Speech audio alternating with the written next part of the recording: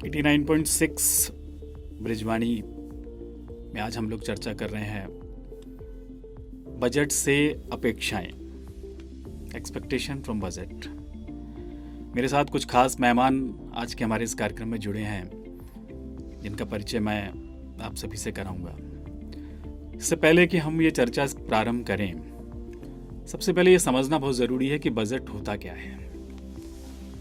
Article 112 है constitutions का, जो ये कहता है कि हर गवर्नमेंट को, सेंट्रल गवर्नमेंट को अपना एक estimated of annual income and expenditures ये प्रेजेंट करना पड़ता है फॉर द फाइनेंशियल ईयर, जो कि अप्रैल से स्टार्ट होकर मार्च तक जाता है। बेसिकली अगर हम देखें तो बजट कोई आंकड़े नहीं है। बजट से हमको अपनी गवर्नमेंट का, सरकार का विज़न दिखाई देता है, उनकी प्रायोरिटीज़ दिखाई देती हैं। हमको ये पता लगता है कि आगे आने वाले समय में सरकार ने किस हेड में कितना प्रोविजंस किया है।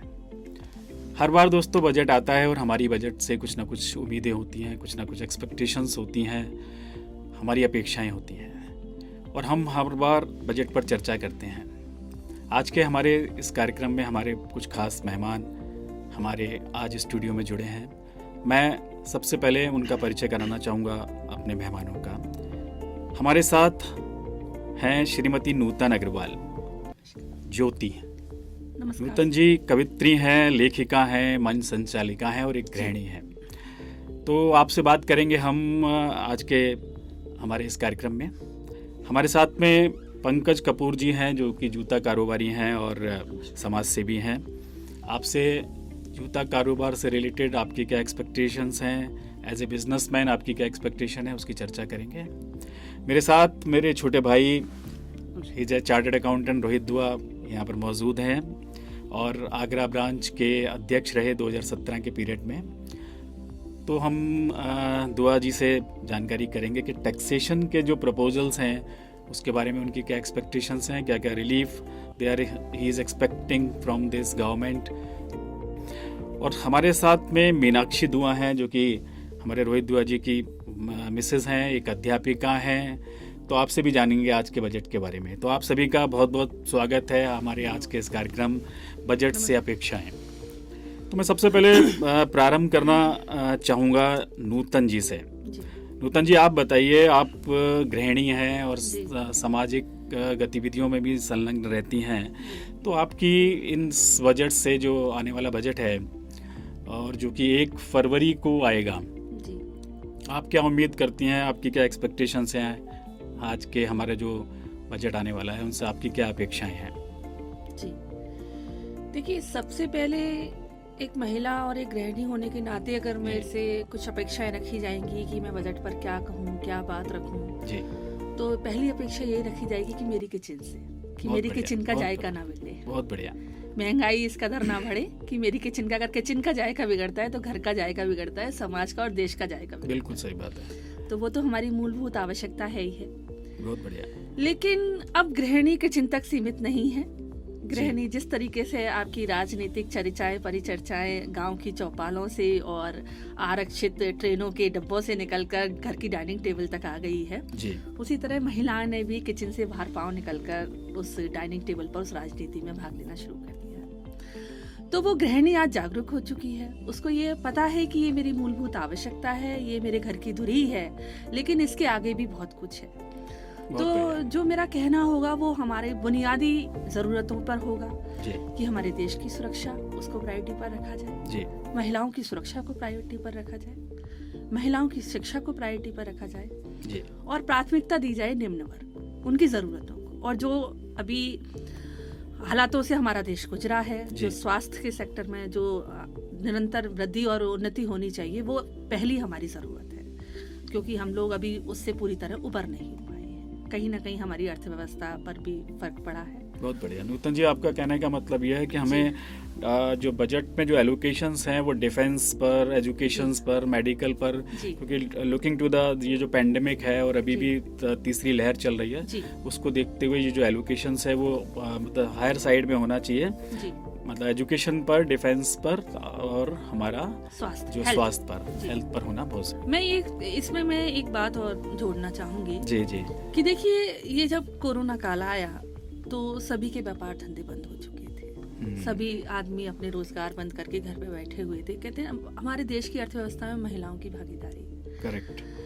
तो उस वक्त महिलाओं ने घर से ही रोजगार चलाए। उनके पतियों ने उनके साथ मिलकर कार्य किया। जी। छोटे छोटे स्टार्टअप, बड़ा पाव बनाना, इडली सांभर बनाना, या ब्यूटी पार्लर चलाना, या केक है, डेकोरेशन है, बहुत सारे छोटे छोटे काम घर से शुरू हुए। जी। वो महिलाओं ने शुरू किए और पुरुष के कंधे से कंधा मिलाकर उस विपरीत परिस्थितियों में, हालातों में साथ दिया। देश की अर्थव्यवस्था में भी कहीं ना कहीं साथ दिया। तो मैं ये चाहूंगी इस बजट से कि जैसे हमारी जो महिलाएं हैं, जो छोटे छोटे स्टार्टअप करना चाहती जी। हैं, छोटे छोटे अपना रोजगार बढ़ाना चाहती हैं, तो सरकार की तरफ से उनको जो लोन मिलता है, एक तो उस लोन की ब्याज दर बहुत कम होनी चाहिए, और दूसरा जो उसका प्रोसीजर है, जो उसका डॉक्यूमेंटेशन है। क्योंकि देखिए, जो भी ये छोटे छोटे व्यवसाय हमारी महिलाएं चलाती हैं, वो कहीं किसी डिग्री कॉलेज से, IIM से, या कहीं लॉ नहीं पढ़ी हुई होती है। उनकी शिक्षा बहुत सीमित होती है या होती ही नहीं है। तो जो ये सरकारी प्रोसीजर है लोन का, इसका डॉक्यूमेंटेशन है, इसमें क्या होता है कि अक्सर उनका आधे से ज्यादा पैसे बिचौलिया खा जाते हैं। अगर इस प्रक्रिया को सरल कर दिया जाए, तो वो पैसा जो सरकार की तरफ से उन्हें लोन मिल रहा है, वो पूरी तरह से उनके पास पहुंचे। और प्लस मैं ये भी कहूंगी कि जब वो इस तरीके के छोटे व्यवसाय करती हैं, तो उनको बिजली पानी की बुनियादी ज़रूरतों में भी थोड़ा सा उनको रिबेट मिलनी चाहिए। जी। इसका मतलब ये हुआ कि आपका कहना है ये है कि जितनी भी पर्टिकुलरली जो महिलाएं जो काम कर रही हैं, या जी। महिलाओं ने कोविड के समय में, पैंडेमिक में बहुत सहयोग किया और अपने घरों से व्यापार किया, तो उनके जो छोटे छोटे व्यवसाय हैं, उसको अगर जो फाइनेंस की अगर उनको ज़रूरत है, तो हैसल फ्री फाइनेंस मिलना चाहिए। और ये नहीं कि उनसे कहा जाए कि आप एक प्रोजेक्ट रिपोर्ट बना के लाइए। अब आपको नहीं मालूम है, जब तक आप किसी चार्टर्ड अकाउंटेंट्स की सेवाएं नहीं लेते हैं कि प्रोजेक्ट रिपोर्ट कैसे बनानी है। जी। तो कहने का मतलब ये है कि छोटे छोटे लोन्स जो हैं, छोटी छोटी जो महिलाएं छोटे छोटे काम कर रही हैं, वो हैसल्स फ्री होने चाहिए और ईज ऑफ डूइंग बिजनेस होना बहुत ज़रूरी है। बिल्कुल। थैंक यू वेरी मच नूतन जी। और अब अगर आपके कुछ सवाल अभी रह गए हैं, आपको कुछ अगर वो कहना है, तो हम बाद में आपके पास आएंगे। और अब मैं आमंत्रित करूंगा पंकज जी से। पंकज जी हमारे बीच मौजूद हैं, जूता व्यवसायी हैं। तो पंकज जी, आपकी क्या उम्मीदें हैं, क्या एक्सपेक्टेशंस हैं हमारे आने वाले बजट से? सर, मैं पहले तो ये कहूँगा कि जो बजट आने वाला है जी, सभी जितने भी अभी बिजनेस चल रहे हैं इंडिया में, जो हम लोग काम कर रहे हैं, तो सब पे ही बैड इफेक्ट आ रहा है। किस वजह से आ रहा है? क्योंकि कोविड की वजह से। राइट। तो अभी कुछ बजट सर इस तरीके का आना चाहिए कि सब जितने भी व्यापार चल रहे हैं, मैं अभी अगर फुटवेयर की बात करूँ मेनली, क्योंकि मैं फुटवेयर फील्ड से हूँ जी, तो सर उसमें कुछ सुविधाएं गवर्नमेंट की तरफ से आनी चाहिए। क्योंकि जो हम अभी बिजनेस कर रहे हैं, उसमें जो छोटे कारखाने थे सर, वो इस टाइम पे बिल्कुल ही खत्म हो चुके हैं। ठीक, बिल्कुल ठीक है। बड़ी कंपनियां जो काम कर रही थी, वो सारा अच्छा काम करती हैं, बड़ी उनका लेवल है, एक्सपोर्ट करती हैं, वो लोग तो वर्किंग कर पाते हैं, उनके पास कैपिटल होती है, उनको बैंक की सपोर्ट होती है। लेकिन जो छोटे कारखाने, जो हिंकी मंडी हमारे यहाँ एक बहुत बड़ा मार्केट है फुटवेयर का, डोमेस्टिक मार्केट है, अगर उसको आप देखेंगे तो सर अभी इस टाइम पे जो है, मेरे हिसाब से करीब 60% उनका जो वर्किंग है वो उनका डाउन हुई है। ठीक बात है। अगर आप उनके घर जाके देखेंगे, उनकी प्रॉब्लम्स देखिए, कितनी प्रॉब्लम्स आ रही हैं। गवर्नमेंट के भी नज़र में है वो चीज़, और मेरे को लगता है कि गवर्नमेंट इस जो फील्ड है, इसके लिए कुछ ना कुछ सोच रही होगी। अच्छा, कुछ ना कुछ हमारे लिए भी बजट आएगा। इसके संग एक सर मुद्दा ये भी है कि एक GST जो अभी हमारा 5% था 1000 रुपीज़ के फुटवेयर पे, राइट। तो वो सर अभी जो एकदम हुआ, ये गवर्नमेंट की जो पॉलिसी थी वो ठीक ही होगी। लेकिन जो 12% हुआ है, मेरा मानना है कि वो उससे जो है हमारी सेल पे और बैड इफेक्ट आया है, सेल कम हुई है सर। कहीं ना कहीं जैसे जो लोग शूज़ खरीदते हैं, उनके लिए उसके प्राइस बढ़ गए। कोविड टाइम में वैसे ही बिजनेस डाउन चल रहे हैं, ये जो एकदम 7% का बढ़ा है, इससे और ज़्यादा मेरे हिसाब से प्रॉब्लम शूज़ में आ रही है अभी। बिल्कुल ठीक बात कह रहे हैं पंकज जी, क्योंकि ये जो टैक्स इफेक्ट जो 5 से 12 हुआ है उसका अल्टीमेटली जो बर्डन है वो कंज्यूमर के ऊपर आ रहा है। जी सर। और ऑब्वियसली जब कंज्यूमर के ऊपर कोई बर्डन आता है और ultimately GST is an indirect tax, तो इसका जो बर्डन है वो कंज्यूमर को ही बियर करना पड़ता है। और जब कंज्यूमर को बियर करना पड़ेगा तो सेल ज़रूर गिरेगी, मैं समझता हूँ इस बात को, क्योंकि हमारे आगरा शहर के अंदर छोटे छोटे लेवल पे जूता बनता है और हर घर में जूता बनता है यार। तो और छोटे छोटे ये जो 1000 तक का जूता है वो ऑब्वियसली वो लोग परचेज़ कर रहे हैं जिनकी बाइंग कैपेसिटी ज़्यादा नहीं है, तो उनके ऊपर टैक्स इफेक्ट ज़रूर आएगा। और गवर्नमेंट को ये समझना चाहिए, ये दोनों ही इश्यूज थे। टेक्सटाइल पर गवर्नमेंट ने 5 से 12 का बात करी थी लेकिन उसको डेफर कर दिया है, I don't know why. Agra भी अभी बीच में बंद भी रहा इसको लेके, और होपफुली मैं समझता हूँ इस समस्या को सरकार को समझना चाहिए, क्योंकि कुटीर उद्योग है, जूता जो है वो कुटीर उद्योग है और उससे घर घर में जूता बनता है आगरा शहर के अंदर। और लिहाजा जो है मतलब इसको रेट को द्वारा आपके हिसाब से 5% करना चाहिए। लेकिन एक बात मैं कहना चाहूँगा पंकज जी, इसका एक दूसरा एस्पेक्ट ये है कि आप लोग जब जूता बनाने के लिए मटेरियल परचेज करते हैं तो उसमें रेट ज़्यादा था, मतलब जो रॉ मटेरियल का रेट है वो 18% है। तो अल्टीमेटली क्या हुआ कि एक्यूमुलेशन होने लगा उसका जीएसटी का। आप 18% पे माल खरीदते हैं, 5% पे चूंकि बेचते हैं, तो वो ऑफसेट नहीं हो पा रहा था। ऑफसेट नहीं हो पा रहा था तो आप लोग गवर्नमेंट से रिफंड मांग रहे थे। तो गवर्नमेंट को पास एक तरीका ये था कि गवर्नमेंट इनपुट पे टैक्स कम कर देती, लेकिन वो उसमें नहीं गए, क्योंकि इनपुट में टैक्स कम करने से उनकी रेवेन्यू कम हो रहा था। तो उन्होंने आउटपुट पर टैक्स बढ़ा दिया ताकि आप उनसे रिफंड मांगने नहीं जाएं। बट होपफुली मुझे उम्मीद है गवर्नमेंट आपकी इस ये जो आपके चैम्बर के लेवल पर भी बहुत सारी रिप्रेजेंटेशन फाइल हो रहे हैं और गवर्नमेंट आपकी इस उम्मीद को ज़रूर समझेगी और ये सारे जूता व्यापारियों की समस्या को आपने उठाया है। So thank you very much Pankaj ji. हम आपसे फिर बात करेंगे कुछ देर बाद, अगर आपके मन में और भी कोई शंका है और आप कोई सुझाव और देना चाहेंगे। और अब मैं इस बजट के जो कि आने वाला है उसके टेक्निकल एस्पेक्ट पर बात करना चाहूँगा हमारे साथ मौजूद रोहित दुआ जी से। रोहित दुआ he is a chartered accountant. तो रोहित दुआ जी, आप क्या समझते हैं कि मतलब ये जो बजट आ रहा है इसमें टैक्स से रिलेटेड जो प्रपोजल्स हैं उसमें हमको क्या बेनिफिट मिलने वाला है? आपको लगता है कोई बेनिफिट गवर्नमेंट देगी? क्योंकि अगर हम देखें तो डायरेक्ट टैक्स और इनडायरेक्ट टैक्स दोनों के कलेक्शन बहुत अच्छे हुए हैं, गवर्नमेंट की रेवेन्यू बढ़ रही है। एंड मोर इम्पॉर्टेंट ये है कि अभी 5 स्टेट्स में इलेक्शंस भी है, तो क्या गवर्नमेंट सैलरीड क्लास को या बाकी एक आम आदमी को, एक इंडिविजुअल्स को कुछ बेनिफिट देने जा रही है इस बजट्स में? आपकी क्या एक्सपेक्टेशंस हैं, बताइए प्लीज़। धन्यवाद राजेश जी। देखिए, बजट का समय जैसे ही आता है एक गहमा गहमी से शुरू हो जाती है। हर आदमी अपनी अपेक्षाएं बजट से लगा के बैठता है। उसको उम्मीद होती है कि शायद ऐसा कोई बजट आए जिससे कि उसको उसकी निजी ज़िंदगी में भी कुछ ना कुछ का फ़र्क पड़ना चाहिए, जबकि होता ऐसा नहीं है। सरकार को जब बजट बनाना होता है, वित्त मंत्री जी को बजट बनाना होता है, तो उनको पूरे देश की अर्थव्यवस्था को ध्यान में रखते हुए बजट बनाना होता है। और जैसा कि आपने कहा कि बजट जो है एक एस्टीमेट है कि आने वाले आगामी वर्ष में सरकार का अनुमान क्या है कि उसके पास पैसा कहाँ से आएगा जी, और उस पैसे को सरकार, अगर सरल भाषा में बात करें तो उस पैसे का सरकार कहाँ उस पैसे को खर्च करेगी। तो एक बैलेंस बिठाना होता है सरकार को। अब क्योंकि जैसे कि बात हुई कि ये अभी आने वाले समय में 5 राज्यों में चुनाव होने वाले हैं और कहीं ना कहीं सरकार का ध्यान उस तरफ भी है कि इन चुनावों में सरकार को सफलता मिले वहाँ पर। तो मुझे लगता है कि बजट में कहीं ना कहीं एक चुनावी रंग ज़रूर दिखाई देगा हमें। उन राज्यों में जहाँ पर चुनाव होने हैं, तो उन राज्यों के लिए कुछ योजनाएं या का प्रावधान इस बजट में किया जाएगा। कुछ इंफ्रास्ट्रक्चर को लेकर योजनाओं का प्रावधान किया जाएगा और वो सरकार की एक मजबूरी भी कह सकते हैं जो सरकार को करना पड़ता है। और जहाँ तक टैक्स की बात है तो मुझे इस बात की उम्मीद कम है कि कोई नया टैक्स सरकार लगाएगी। उसके तो कारण 2 ही हैं कि एक तो कोविड के से जो हमारा देश अभी जूझ रहा है, एक जो पैनिक है स्वयं देश में, व्यापार कहीं ना कहीं सफ़र कर रहा है। तो मुझे लगता नहीं है कि सरकार कोई नया टैक्स लगाने वाली है करदाता के ऊपर। ठीक बात है। अब सरकार के साथ दिक्कत यह है कि सरकार को पैसा खर्च भी करना है और उसके लिए सरकार को ये भी देखना है कि रेवेन्यू भी आना चाहिए।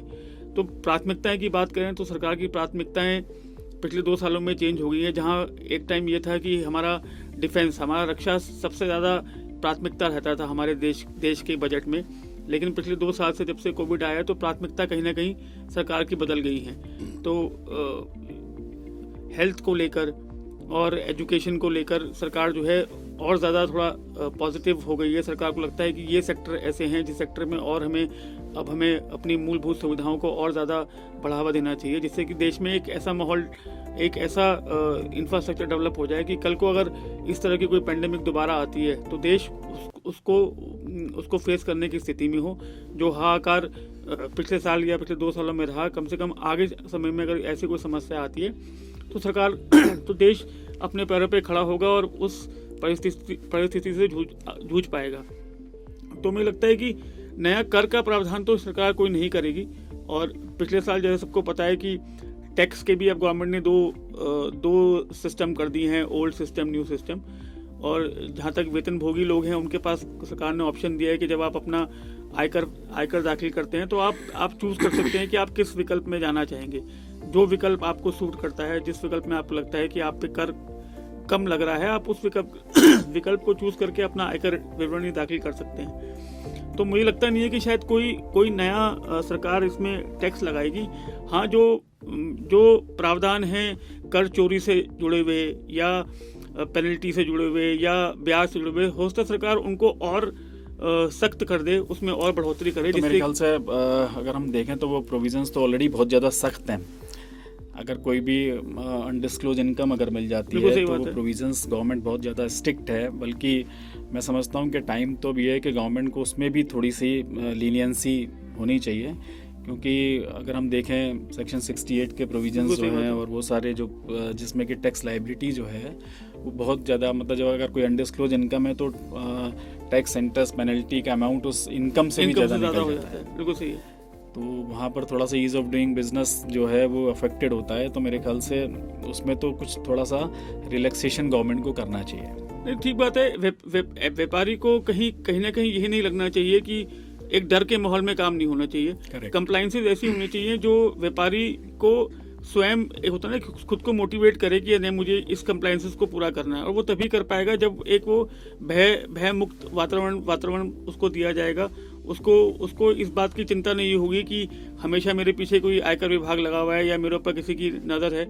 उसको एक भय मुक्त माहौल में अगर काम करने की आज़ादी मिलेगी और उसके ऊपर ज़्यादा कानून का उसके ऊपर दबाव नहीं होगा, तो मुझे लगता है कि शायद व्यापारी अपने आप आगे बढ़ेगा और ज़्यादा से ज़्यादा टैक्स सरकार को देगा, और जिससे कि सरकार और व्यापारी दोनों में जो एक सामंजस्य है वो और बढ़ेगा।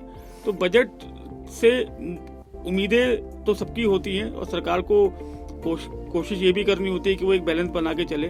और सबसे ज़्यादा जो शिकायत रहती है बजट से वो मध्य वर्ग की रहती है। हमेशा मध्य वर्ग यही कहता है कि हम इस बजट में खाली हाथ रहे। तो उम्मीद ये है कि मध्य वर्ग जो चाहता है, मध्य वर्ग अगर ये चाहता है कि हाउसिंग लोन में अगर 2 लाख रुपए की छूट है तो सरकार अगर उसको देखते हुए कुछ उसमें बढ़ोतरी करना चाहे। मध्य वर्ग ये चाहता है कि ATC 1.5 लाख चलता आ रहा है, तो ATC में अगर कुछ मध्य वर्ग को बेनिफिट मिल जाए। वेतनभोगी को स्टैंडर्ड डायरेक्शन जो पहले 40 थी, फिर बढ़ा के सरकार ने 50 की, उसमें अगर सरकार थोड़ी दरिया दिली दिखाए और उसकी स्लैब थोड़ी बढ़ा दे, तो कहीं ना कहीं हर आदमी को ये लगेगा कि मुझे इस बजट से कुछ न कुछ मिली, मुझे इस बजट से कुछ राहत मिली। ठीक बात। तो उम्मीद ये है कि हमारी जो वित्त मंत्री जी हैं इस बार अपने बजट के पिटारे से कुछ ऐसी योजनाएं निकालेंगे जिससे हर आम आदमी जो है वो उसकी ज़िंदगी में कुछ ना कुछ फ़र्क पड़े। बहुत बढ़िया। तो अगर मैं आपकी बात को समराइज करूं तो कहने का मतलब ये कि गवर्नमेंट को तो जो टेक्निकल ग्लिचेस हैं, हम लोग फेसलेस असेसमेंट में तो आ गए, लेकिन वो टेक्नोलॉजी बेस्ड चीज़ें हो गई हैं। तो जैसा कि नूतन जी ने कहा, तो एक आम आदमी के लिए GST की रिटर्न अपने आप में भर पाना बहुत कठिन काम है। गवर्नमेंट भले ही कहती रहे, बट उसमें टेक्निकल ग्लिचेस इतनी, आज हम फेसलेस असेसमेंट को लेकर इतने सारे डिस्प्यूट्स हैं जो कोर्ट्स में पेंडिंग है, तो टेक्निकल ग्लिचेस हैं। इम्प्लीमेंटेशन जो पार्ट है वो गवर्नमेंट को टेकअप करना चाहिए और वो टेक्निकल ग्लिचेस जो आ रही हैं उनको ख़त्म करना चाहिए। बिल्कुल सही बात, तो बिल्कुल सही और बात है। बहुत सारी आम आदमी की जो सैलरीड पर्सन्स हैं उनकी बहुत सारी एक्सपेक्टेशंस हैं, तो मैं इसके लिए जानकारी करना चाहूँगा मीनाक्षी जी से, क्योंकि सैलरीड क्लास से बिलोंग करती हैं मीनाक्षी जी, हमारे साथ हैं। तो आप बताइए मीनाक्षी जी, आपको क्या लगता है, आपको इस बजट से क्या आपकी एक्सपेक्टेशंस हैं? शिक्षा से कनेक्टेड होने की वजह से जी। जो पूरा अगर मैं कंसंट्रेट करूं तो दो चीज़ों के ऊपर डिपेंड करती है। एक तो मेजर एरिया हो गया जो बच्चों से कनेक्टेड है, उनके फीस स्ट्रक्चर से, उनकी जी। चीज़ों से, और दूसरा हो गया जो स्कूल की अथॉरिटीज़ हैं, जो गवर्नमेंट की नज़र में अगर हम देखें तो दो चीज़ों के ऊपर ही पूरा एजुकेशन सिस्टम बेस्ड है। अगर हम बच्चों के पॉइंट ऑफ व्यू से देखें, 2 सालों में हुआ ये है कि सारा का सारा जो ऑनलाइन और ऑफलाइन का, यानी कि जो पहले ऑफलाइन चलता था वही चीज़ें सारी की सारी अब ऑनलाइन पे आ गई हैं, और उसकी वजह से बहुत ज़्यादा प्लस पॉइंट्स भी हुए हैं कि बच्चे सेफ तरीके से पढ़ भी रहे हैं, जी। चीज़ें आगे बढ़ भी रही हैं। लेकिन कहीं ना कहीं एक पॉलिसीज़ जो हैं वो जो पहले से हमेशा ऑफलाइन पर ही बेस्ड होती थी, वो सब चीज़ें ऑनलाइन पर डाइवर्ट तो कर दी गई, लेकिन ऑनलाइन की चीज़ों को ध्यान में नहीं रखा गया कि क्या ऐसे पॉइंट्स हैं जो ऑफलाइन से स्विच होकर ऑनलाइन तो आ गए, जी। लेकिन उनमें काफ़ी सारे अभी पॉइंट्स हैं जिसके ऊपर शायद गवर्नमेंट का बिल्कुल भी ध्यान नहीं गया है, जिसको थोड़ा सा हाईलाइट किया जा सकता है, कोई पॉलिसीज बताई जा सकती कोई है, गाइडलाइंस होनी चाहिए कुछ गवर्नमेंट ऐसा की। होना चाहिए कि- जो उससे उसको भी कनेक्ट करे, उन चीज़ों पर भी ध्यान दें। लेकिन आपको लगता है मीनाक्षी जी कि छोटे बच्चों के लिए क्या ऑनलाइन सिस्टम जो है, ठीक है, बस तो हम ऑनलाइन पे इसलिए हैं because of pandemic, not because of कि हमने इसको ऑप्ट किया है, बट हमको मजबूरी में ऑप्ट करना पड़ा। बट व्हाट यू थिंक कि मतलब क्या ये कंटिन्यू हो सकता है, क्या ये बेनिफिशियल है बच्चों के लिए, या इसके नुकसान ज़्यादा हैं?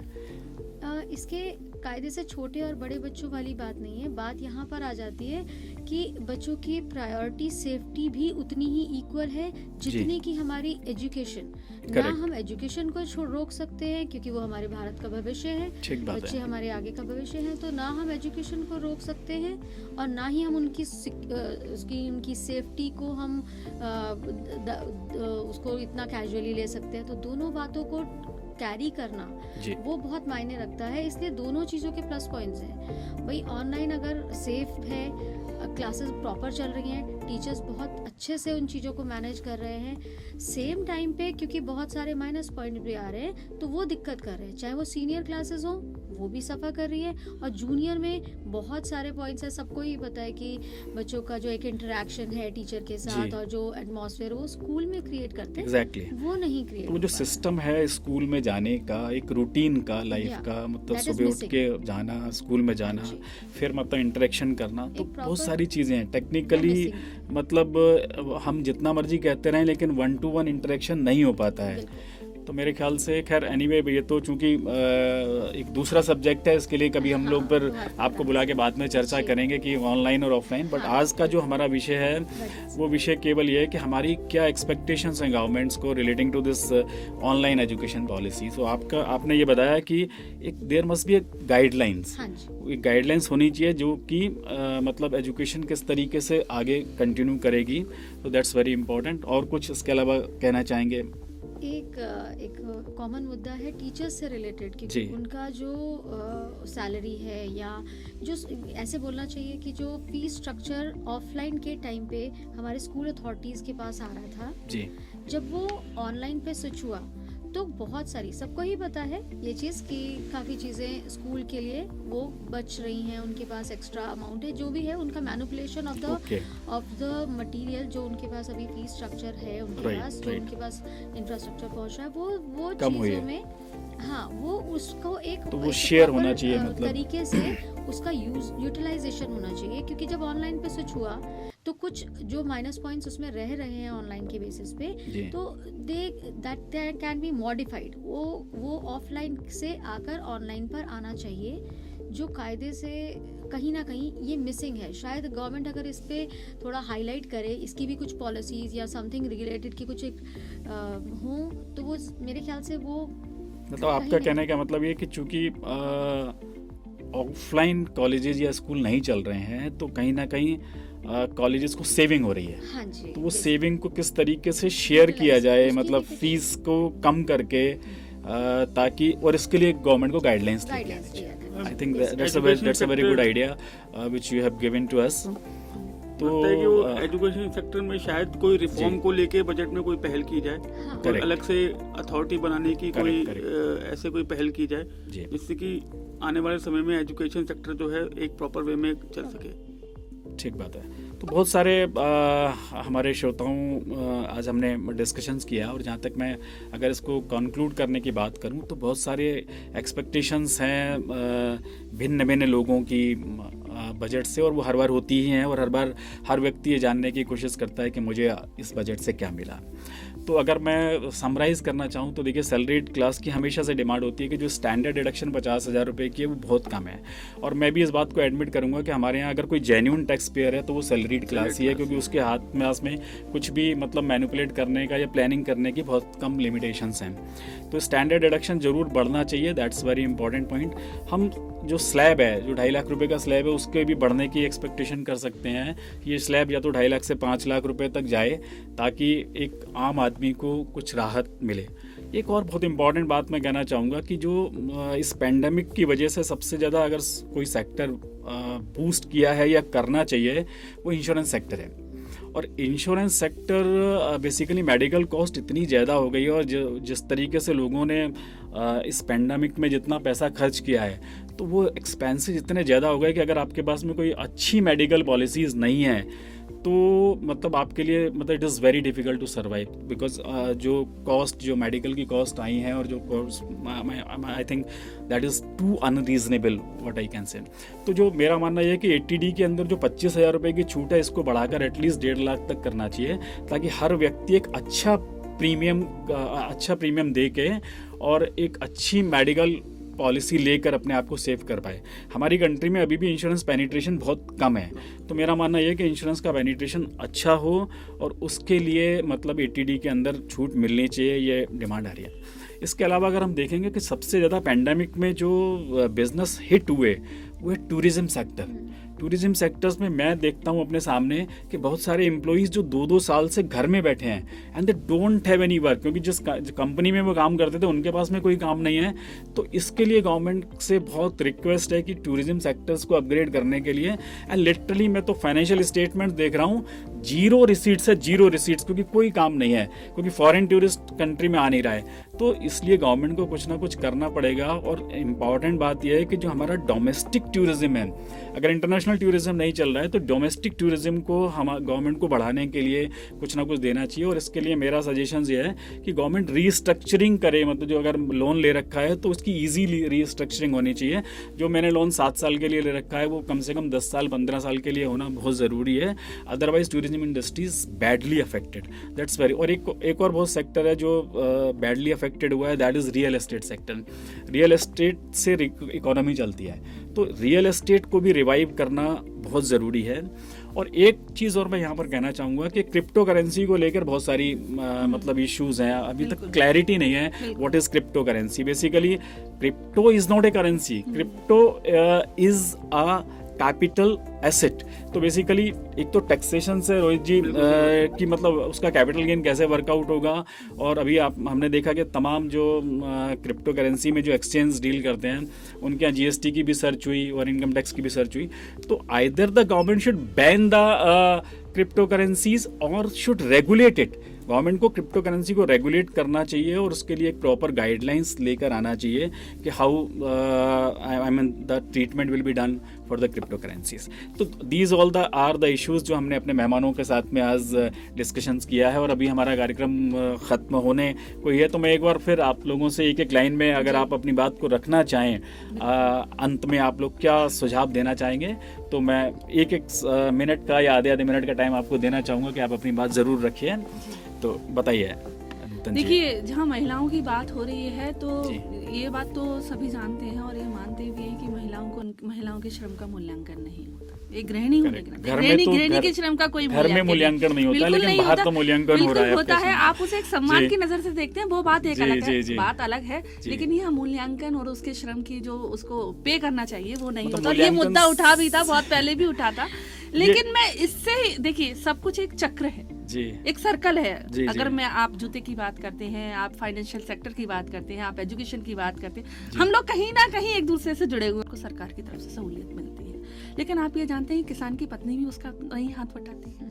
अगर एक जुलाहा कपड़ा बनता है तो उसकी पत्नी भी उसके साथ में रंगाई और बुनाई का काम करती है। दोनों को मिलना चाहिए आपके बिल्कुल। हिसाब से। तो मेरे हिसाब से कहीं ना कहीं या कि उस किसान को ज्यादा बेनिफिट मिलना चाहिए जिसकी पत्नी उसके साथ काम कर रही है, तो उसके श्रम का, बिल्कुल उसके श्रम का मूल्यांकन हो।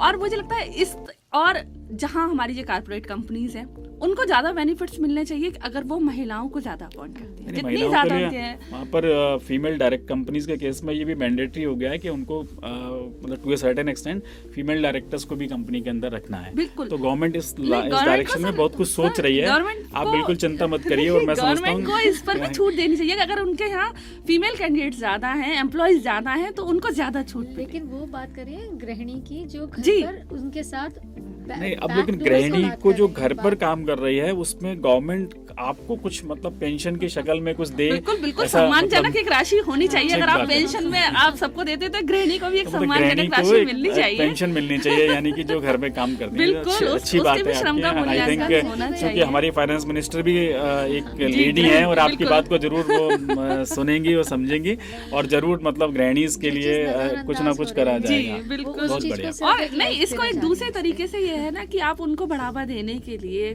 नौकरी करने वाली महिलाओं का प्रतिशत बढ़ाने के लिए आप उन लोगों को सहूलियत दीजिए जो इनको आगे बढ़कर ज्यादा महिलाओं को नौकरी दे रहे बहुत बढ़िया, हैं। आपकी बात बिल्कुल या- समझ में आ गई है जी। नूतन जी। और अब मैं जानना चाहूंगा पंकज जी, आप कुछ कहना चाहेंगे? सर मेरा ये कहना है कि अगर गवर्नमेंट थोड़ा ध्यान दे जी। फुटवेयर की तरफ, तो आपने वो तो बात कह दी, जी, मतलब जी। फुटवेयर पे जरूर आपकी बात सर, कुछ ना कुछ थोड़ा मैं सा समझता जो हूँ गवर्नमेंट लघु सुनेगी। उद्योग हैं जिनको मेन जरूरत है जी लोन की, जी तो उनके लिए कोई ऐसी सुविधा होनी चाहिए कि बैंक उनको इजीली वे में एक लोन प्रोवाइड करे। मेरा यही कहना है। देखिए, वैसे जहाँ तक मैं समझता हूँ कि बैंक ने भी अपने नॉर्म्स को काफ़ी इजी कर दिया है और आज की डेट में फाइनेंसिंग कोई इतना टफ काम नहीं रह गया है, मतलब इट इज़ इजी। बट मैं समझता हूँ कि हाँ, अगर लोन के रीपेमेंट में अगर कोई डिफ़ॉल्ट हुआ है और एक आदमी इंटेंशनल डिफ़ॉल्टर नहीं है, विलफुल डिफ़ॉल्टर नहीं है, तो बैंक को उनके साथ में कोऑपरेट करना चाहिए और रीस्ट्रक्चरिंग, इजी रीस्ट्रक्चरिंग करनी चाहिए। अभी जैसे पेंडेमिक में गवर्नमेंट ने आपको एडिशनल लोन तो दिए हैं, लेकिन उसका इंटरेस्ट तो पे करना ही है और उसमें आपको जो है वो मतलब लोन का रीपेमेंट भी करना है। तो कहीं ना कहीं इंटरेस्ट में कुछ सब्सिडी भी मिलनी चाहिए मेरे ख्याल से, ताकि जो है वो ओवरड्यू अगर इंटरेस्ट है और जिन वो लोगों नहीं को दे पा रहे जरूरत है, सर, हैं तो उनको इंटरेस्ट की मिलना सब्सिडी मिलना बहुत ज़रूरी है। मैं आपकी बात को समझ गया मैं पंकज सर जी। एक पॉइंट और जी, जोड़ना जी, चाहूंगी जी। आपसे कि एक तो ये है कि महिलाओं की शिक्षा स्कूली स्तर तक सीमित रह जाती है। ये देखिए, आज की डेट पे मैं समझता हूँ नूतन जी, हम ये वाली बात नहीं कह सकते। अब तो देखिए जो आज की जनरेशन है वो लड़का लड़की में कोई फ़र्क नहीं कर रही है। अगर बच्चियां भी उतनी ही पढ़ रही हैं, और जब अगर मैं बात करूं अपने चार्टर्ड अकाउंटेंसी प्रोफेशन की, तो मैं तो जब भी लेक्चर देने जाता हूं तो मुझे लड़कियां ज़्यादा, मेरे ऑफिस में भी सबसे ज़्यादा बच्चियां हैं और जो है वो लड़के कम हैं। तो मैं बल्कि मैंने बिल्कुल लिटरली जिन पेरेंट्स की 10,000 रुपये महीने की तनख्वाह है, उनकी भी इच्छा ये है कि मेरा केवल जीवन का उद्देश्य ये है कि मैं अपनी बच्ची को अच्छी एजुकेशन दे सकूँ। तो मैं समझता हूँ वो एक कॉन्सेप्ट उसमें चेंज हुआ है और ये मानसिकता बदली है और मैं समझता हूँ ये बदल फिर रही भी है। मुझे सर लगता है कि हायर एजुकेशन में महिलाओं को और थोड़ी सी उनको देखिए, अगर pivot हम देनी हायर चाहिए। एजुकेशन में मतलब और अगर कुछ इस तरीके की फाइनेंसिंग और उनको सुविधाएं मिलनी चाहिए जिससे कि जो वैसे तो लड़कियां, एजुकेशनल लोन देखिए वगैरह आप मिलता ये है, आप लेकिन सभी जानते हैं कि जो 10th और 12th का रिजल्ट होता है लड़कियों का अक्सर जी। का 98 और 99% आता जी। है, लेकिन आप हायर एजुकेशन में जाकर देखेंगे तो 98-99% मैं नहीं केवल होता है, एक ही वो बात कहीं ना आपकी कहीं रुक समझ जाता सकता है। हूँ कि जो अभी हमारे कंट्री में, हम अभी लड़का लड़की की बात नहीं कर रहे जी। हैं, हमारी कंट्री में एजुकेशन लोन महंगा है, जी होम लोन सस्ता है और एजुकेशनल लोन महंगा है। क्यों रोहित जी, मेरे ख्याल से 12-13% पे तो हम एजुकेशनल लोन देते हैं और 8% पर हम मतलब 7-7.5% पे हम होम लोन देते हैं। तो मेरे ख्याल से अगर हमने एजुकेशन दे दी तो घर तो बन जाएंगे बिल्कुल। बच्चों को। तो मेरे ख्याल से ये मैं संदेश जरूर देना चाहूंगा कि जो एजुकेशनल लोन है उसका इंटरेस्ट रेट जी, कम बिल्कुल। करना बहुत जरूरी है, और हो सकता है आधा % कम वो गर्ल्स के लिए जरूर कर दीजिए। बिल्कुल, उनको प्रायोरिटी देनी हाँ, चाहिए। ये आपकी बात बहुत अच्छी है और आपने बहुत अच्छी बात कही। और now I am shifting, 1 minute का टाइम मैं दूंगा रोहित जी को। रोहित जी आप बताइए और क्या कहना चाहेंगे। बस राज जी, सभी मुद्दों पे बात हो चुकी है। तो जी। एक संतुलित बजट की अपेक्षा है कि Correct. बजट ऐसा हो जिसमें हर वर्ग का ध्यान रखा जाए। सरकार अपनी प्राथमिकता का भी ध्यान रखे, चुनाव का साल है उसको भी ध्यान में रखे, लेकिन हर वर्ग का ध्यान रखा जाए। कोशिश की जाए कि बहुत बढ़िया। किसी वर्ग को कुछ, हर वर्ग के हर क्षेत्र को कुछ ना कुछ मिले। और अपने शहर की बात करें तो जो पर्यटन है या जो जूता व्यवसाय है, हम तो टूरिज्म उससे इंडस्ट्री ही है बस आगरा के अंदर, हमारा तो शहर उसी और पर कुछ निर्भर है है। नहीं। तो सही बात है। उससे संबंधित अगर कोई सरकार कोई पैकेज कुछ लेके आती है, Correct. हर साल उम्मीद होती है कि शायद इस बजट में कुछ पर्यटन से जुड़ा हुआ या जूते से जुड़ा हुआ कुछ सरकार कुछ घोषणा करेगी। तो वही उम्मीद है कि ऐसे कुछ राहत बड़ा पैकेज कुछ सरकार की तरफ से आए, और जिससे कि इस शहर में जो व्यापारी हैं उनके अंदर एक अपने भविष्य को लेकर सुरक्षा विकसित हो। बस यही उम्मीद है। सरकार सभी परिस्थितियों को ध्यान में रखते हुए एक संतुलित बजट जो है वो पेश करे। बिल्कुल ठीक बात है। और अंत में मैं मीनाक्षी जी आपसे जानना चाहूँगा कि आपकी और क्या एक्सपेक्टेशंस हैं अपकमिंग बजट से। मैं तो हाईलाइट करना चाहूँगी जी। फिर वही एक चीज़ बेसिक जो इस टाइम पे चल रहा है, इस मोमेंट पे, जी। कि पैंडेमिक की वजह से जो भी जितना भी एजुकेशन को एक प्रॉपर डायरेक्शन दी जा सके, जी। ताकि वो बजट को के रूप में अगर वो उसे किसी का गाइडलाइंस की तरह प्रोवाइड करे, क्योंकि सारी चीज़ों पे थोड़ा सा फर्क तो आया ही है ऑफलाइन ऑनलाइन की वजह से। जी। तो उस चीज़ पे अगर वही ना तो पेरेंट्स को ज़्यादा दिक्कत हो, जी। क्योंकि वो भी चीज़ों से जूझ रहे हैं, जो उनका भी बजट उनके ऊपर इफेक्ट करेगा ही करेगा। तो उनके दिमाग में उनकी बातों को रखते हुए, और स्कूल को भी कोई नुकसान नहीं हो, अथॉरिटीज़ भी अपना चला पाएँ, तो उसका अगर एक सेट कुछ गाइडलाइंस वो प्रोवाइड कर देंगे तो उस पे फॉलो अप करना आपकी बात आसान हो बिल्कुल समझ गया। जाएगा, आपने जो इंक्लूड नहीं कर जी। दी जाती हैं एक जनरली। बात मैं और मीनाक्षी जी आपसे जानना चाहूँगा कि वो एक विषय, एक डिफरेंट विषय है कि इसमें हम बाद में कभी चर्चा जी। करेंगे, लेकिन हमारी एजुकेशन का एक प्रैक्टिकल ओरिएंटेड एजुकेशन होना बहुत ज़रूरी है। तो ज़रूर हम उसमें आगे आपसे इस बारे में चर्चा करेंगे कि खाली हमारी, क्योंकि मुझे अब लग रहा है कि पेंडेमिक की वजह से और घर में बैठ के बच्चे पढ़ रहे हैं, तो कहीं ये एजुकेशन थ्योरेटिकल बनकर नहीं रह जाए। इसके लिए प्रैक्टिकल ओरिएंटेड चीज़ों को होना, बच्चे जो हम पढ़ा रहे हैं वो हम दिखा भी सकें उसको कि किस तरीके से होता है। तो हाँ, ये बजट से कनेक्टेड नहीं है, लेकिन मैंने इसलिए ये छोड़ा है कि हमने नेक्स्ट टाइम की तैयारी करी है कि हम अगली बार ज़रूर इन सब विषयों पे चर्चा करेंगे। और मैं एक बार फिर शुक्रगुजार हूँ हमारे मेहमानों का जो हमारे इनविटेशन पे हमारे आज के इस कार्यक्रम में आए। मैं थैंकफुल हूँ नूतन जी का, जिन्होंने बहुत अच्छी बात मतलब हमारे दर्शकों को, हमारे श्रोताओं को के लिए कही, और बजट से के विभिन्न एस्पेक्ट्स पर, विभिन्न पहलुओं को आपने छुआ, और पर्टिकुलरली आपने फोकस किया कि जो महिला है और जो गर्ल्स स्टूडेंट्स हैं उनके लिए सरकार को कुछ ना कुछ विशेष देना चाहिए। मैं थैंकफुल हूँ पंकज जी का, जिन्होंने आगरा की जो बर्निंग इशू है, because Agra is a cottage industry, हमारी जो शू इंडस्ट्री है, और हमारा जूता दुनिया में हर जगह जाता है, तो उसके लिए गवर्नमेंट को फिर वापस 5% पे आना चाहिए, जैसा कि पंकज जी ने कहा। तो मैं समझता हूँ कि गवर्नमेंट इस बारे में ज़रूर सुनेगी। जैसे उन्होंने टेक्सटाइल में डेफर किया है, तो शायद इसको डेफर ही कर दें फॉर द टाइम बिंग, या अल्टीमेटली इसको रिड्यूस भी किया जा सकता है। I am thankful to Rohit ji, जिन्होंने बजट के टेक्निकल एस्पेक्ट और एज ए चार्टर्ड अकाउंटेंट्स के एंगल से चीज़ों को देखा। और मैं शुक्रगुजार हूँ मीनाक्षी जी का, जो कि एजुकेशन लाइन से है और एजुकेशंस के लिए उन्होंने बहुत अच्छी बात करी। तो शुक्रिया दोस्तों, हमारा आज का कार्यक्रम यहीं पर समाप्त होता है, और फिर हम एक नए विषय पर चर्चा करने के लिए एक बार फिर आपके सामने आएंगे। तब तक thank you so much, and एक बार फिर 89.6 ब्रिजवानी की तरफ से आप सभी को बहुत बहुत धन्यवाद।